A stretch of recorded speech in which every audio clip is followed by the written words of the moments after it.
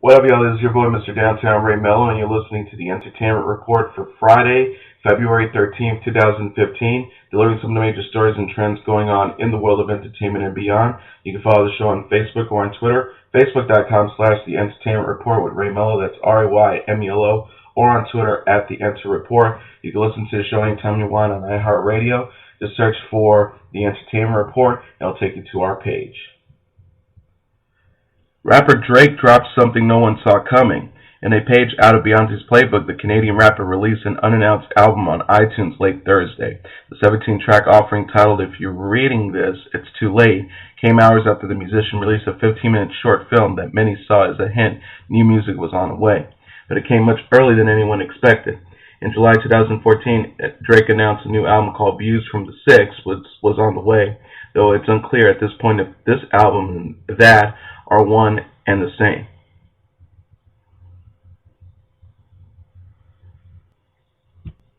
It's not surprised Drizzy wants to follow in Beyonce's footsteps, as the singer's surprise album, Self-Titled Beyonce, immediately shot to #1 when it dropped unexpectedly in December of 2013 and held the internet captive for days. The album went on to be nominated for 5 Grammys, including Album of the Year. It won Best Surround Sound Album, Best R&B Song, and Best R&B Performance for the single Drunken Love. Drake's album, If You're Reading This, It's Too Late, cannot be purchased on iTunes for $12.99 and features collaborations with Lil Wayne, Travis Scott, and Party Next Door. Two more stories.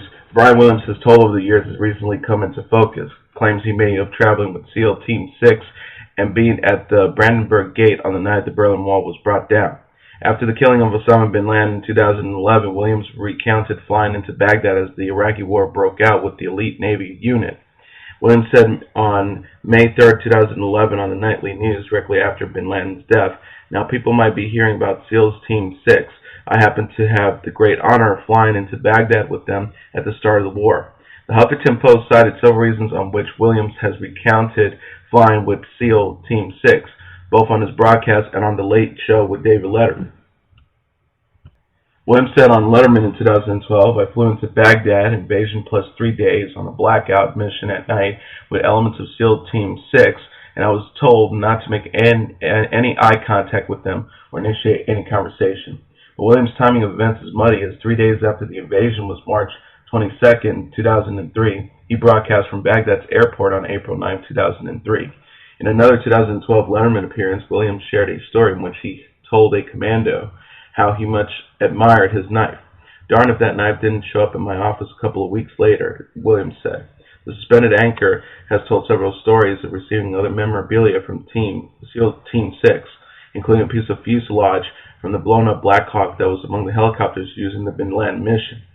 CNN reported it's all but impossible that Williams traveled with SEAL Team 6 because the elite unit doesn't embed journalists, and the mailing of memorabilia by members of the unit, quote, "doesn't pass any sniff test," according to CNN analyst Peter Bergen, who spoke to sources in the SEAL community. Another story raising red flags dates back to 1989 during the fall of the Berlin Wall. Williams said during a 2008 forum at the Ronald Reagan Presidential Library, "I've been so fortunate. I was at the Brandenburg Gate the night the wall came down." CBS notes that there are reports surfacing that Williams arrived the day after, noting his nightly news predecessor, Tom Brokaw, was the only journalist there to report live from the scene. NBC News declined to comment the raps regarding the new questions surrounding Williams' past accounts. Joel Kinnaman will replace Tom Hardy as Rick Flagg in Warner Bros. Comic adaptation Suicide Squad. Multiple individuals with the knowledge of the project have told the Wrap. Warner Bros. Had no comment, while representatives for Kinnaman did not respond to multiple requests for comment. Hardy was forced to exit the project due to scheduling issues with Alejandro Gonzalez Inarritu's The Revenant, which is currently in production, as well as an upcoming promotional duties for WB's Mad Max Fury Road, which comes out on May 15. Suicide Squad is expected to start production in April. Agency sources tell The Wrap that Kinnaman is in negotiations for the coveted role of Flagg, who is the leader of a group of supervillains known as the Suicide Squad. Director David Ayer had also flirted with the idea of casting his End of Watch star Jake Gyllenhaal in the role of Flagg, but that deal ultimately didn't come together. Suicide Squad is set to co-star Will Smith as Batman's villain Deadshot, Margot Robbie as Harley Quinn, Jack Courtney as Captain Boomerang, Carla Delevingne as Enchantress, and Jared Leto as the Joker, as first reported by The Wrap. Meanwhile, Viola Davis is in negotiations to play Amanda Waller, and Jesse Eisenberg is in talks to reprise his upcoming role as Lex Luthor. Suicide Squad is being produced by Charles Roven and Rachel Suckle, while Zack Snyder, Deborah Snyder, Colin Wilson, and Jeff Johns are serving as executive producers. Warner Bros. Will release Suicide Squad on August 5, 2016. Kinnaman is known for his role on AMC's series The Killing, which wrapped up its run with a 4th-season on Netflix in 2014. He'll next to be set to star opposite Liam Neeson in WB's Run All Night and opposite Hardy in Child 44. Gary Owens, the famous voice of the 60s classic television show Laugh-In, died on Thursday at his Encino, California home after succumbing to diabetes-related complications. He was 80 years old. The veteran talent, who enjoyed a long career as a radio DJ, voice performer, and TV announcer, served as the announcer for NBC's Rowan Martin's Laugh-In from 1968 to 1973. His trademark included the catchphrases "Beautiful Downtown Burbank," said in a deep, booming voice and holding his hand over his ear while he announced. Owen was the first radio star to be inducted into the Hollywood Hall of Fame, presented by the Hollywood Chamber of Commerce, and is listed in the Gavin History of Radio as one of the greatest disc jockeys of all time, according to a statement from his representative Vicky D. Greenleaf of Greenleaf Associates. In addition to announcing on Laugh-In for 140 episodes, he was the announcer of The Wonderful World of Disney and NBC's The Gong Show. He also did voice work on children's shows, including PBS's Sesame Street and Electric Company. His prolific career even stretched into cartoons, most notably with the cult series Space Ghost Coast to Coast, on which he voiced Space Ghost. Owens moved from South Dakota to Hollywood in 1961 and got his start disc jockeying for Los Angeles radio stations, first at KFWB AM and later at KMPC AM, where he maintained a daily radio show which ran for 20 years.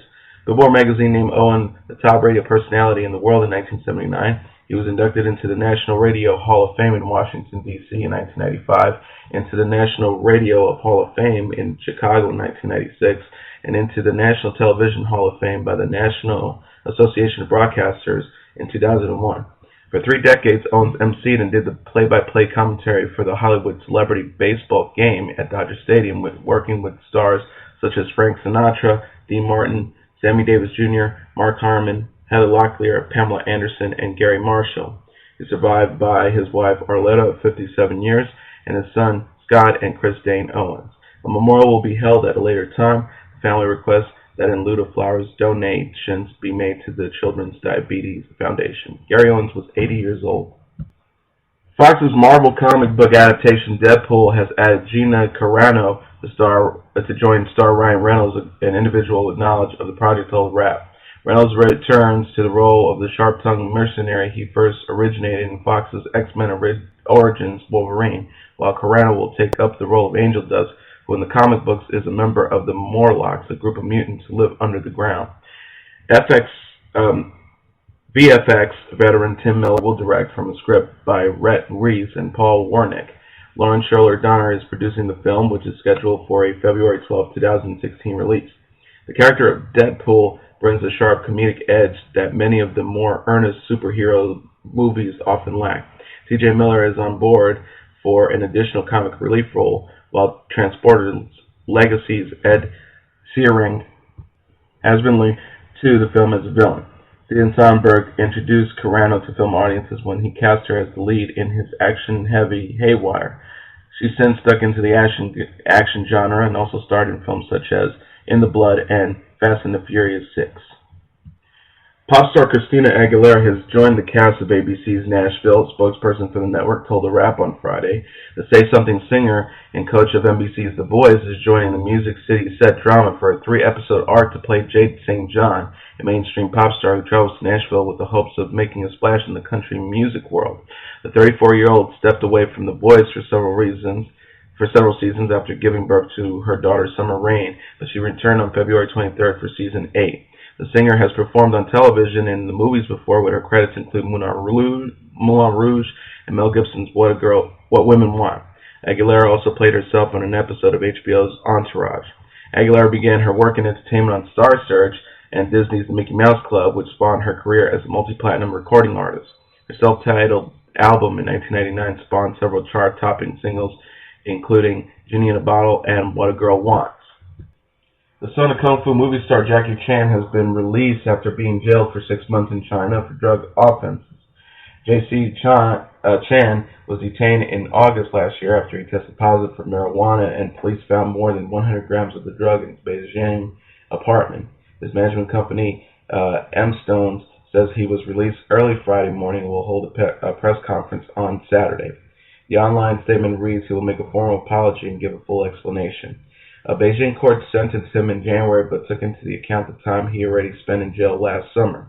Channing pleaded guilty to hosting others to take drugs, was also fined 2,000 yuan. In American dollars, that's $320, announced by the Dongqing District People's Court. The Hong Kong native was arrested along with a Taiwanese actor amid a government crackdown on celebrity drug offenders. Although he didn't attend the trial, Jaycee Chan, who has starred in Hollywood blockbusters like Rush Hour, was named an anti-drugs ambassador in China in 2009, has expressed anger and disappointment in the Sun and media reviews. The elder Chan, who's 60, said, "I failed to discipline him. Now the state is helping me discipline him and make him get rid of all the bad habits," he told the state-run Zhuang news agency last December, while denying his son had received special treatment in jail. The younger Chan's case has put a spotlight on the Chinese capital's Intensify Anti-Drugs campaign. By mid-November, the authorities have detained almost 10,000 people for using drugs, nearly double the previous year's figure. Announcing the numbers, the top anti-narcotics officer in Beijing emphasized the government's zero-tolerance stance on celebrity offenders due to the impact of their behavior. Last August, dozens of management agencies representing the actors and singers signed an agreement with Beijing authorities banning drug use from the entertainment industry and pledging to fire any artist who breaks the law.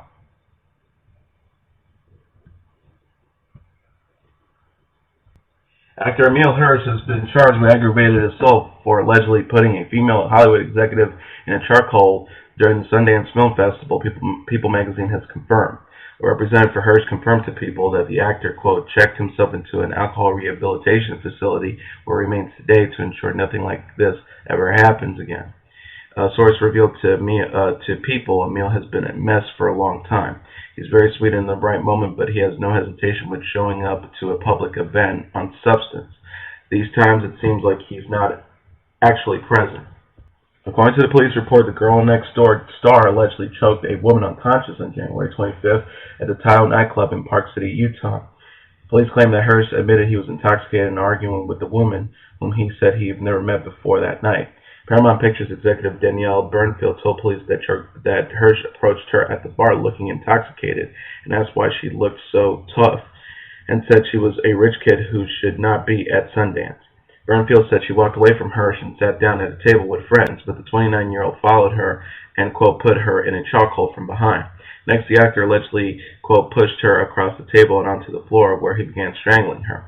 The woman told police she might have blacked out momentarily.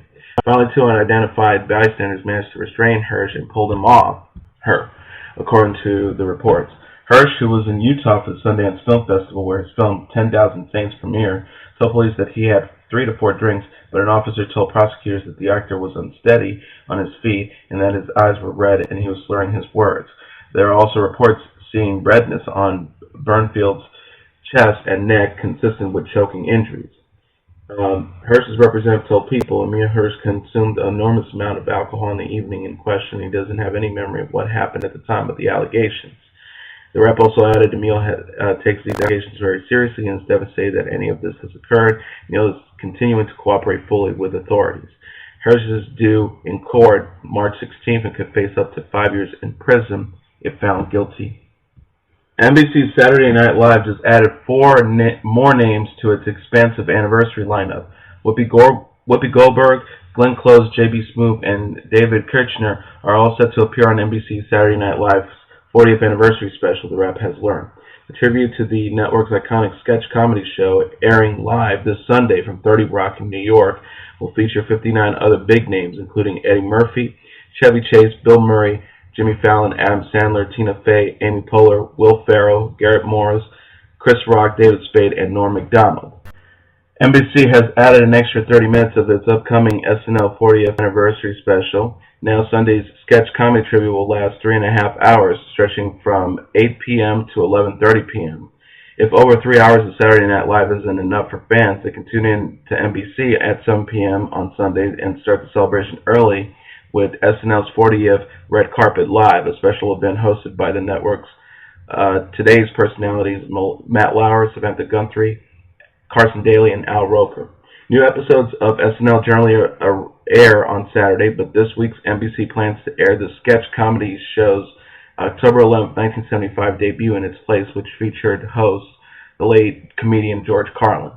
SNL's 40th anniversary special airs live on NBC at 8 p.m. on Sunday. And finally, Universal's 50 Shades of Grey is poised to make $26 million to $30 million Friday, and it's on a track for a $75 million to $85 million four-day opening, according to the new industry estimates. Jamie Dornan and Dakota Johnson star in 50 Shades, which Universal Pictures and Focus Features rolled out with early screenings in 2,830 theaters starting at 8 p.m. Thursday. Over the weekend, it is expected to break records in 3,646 theaters in North America over the President's Day weekend, which includes Valentine's Day Saturday and the holiday on Monday. The Thursday night haul was Universal's highest grossing late night show ever, besting the $6.5 million of Fast and the Furious in 2013, and it is the second highest grossing R-rated late night showing behind the $10.4 million of The Hangover 2, which was released on Memorial Day weekend in 2011. That one finished the weekend with $85.9 million. And the film is also already opening in 34 international territories and is number one at the box office in 33 of them. Outside North America, it has already made $28.6 million from Wednesday and Thursday. And that is your entertainment report for Friday, February 13th, 2015. I'm your host, Mr. Downtown, Ray Melo. I'll be back on Monday to deliver some of the major stories and trends going on in the world of entertainment and beyond. You can follow the show on Facebook or on Twitter, facebook.com/The Entertainment Report with Ray Melo, that's RAYMELO, or on Twitter at The Enter Report. Or you can listen to this episode or any previous episodes of The Entertainment Report on iHeartRadio. Just search for The Entertainment Report, and it'll take you to our page. Have a great weekend, everybody. I will see you on Monday. Bye.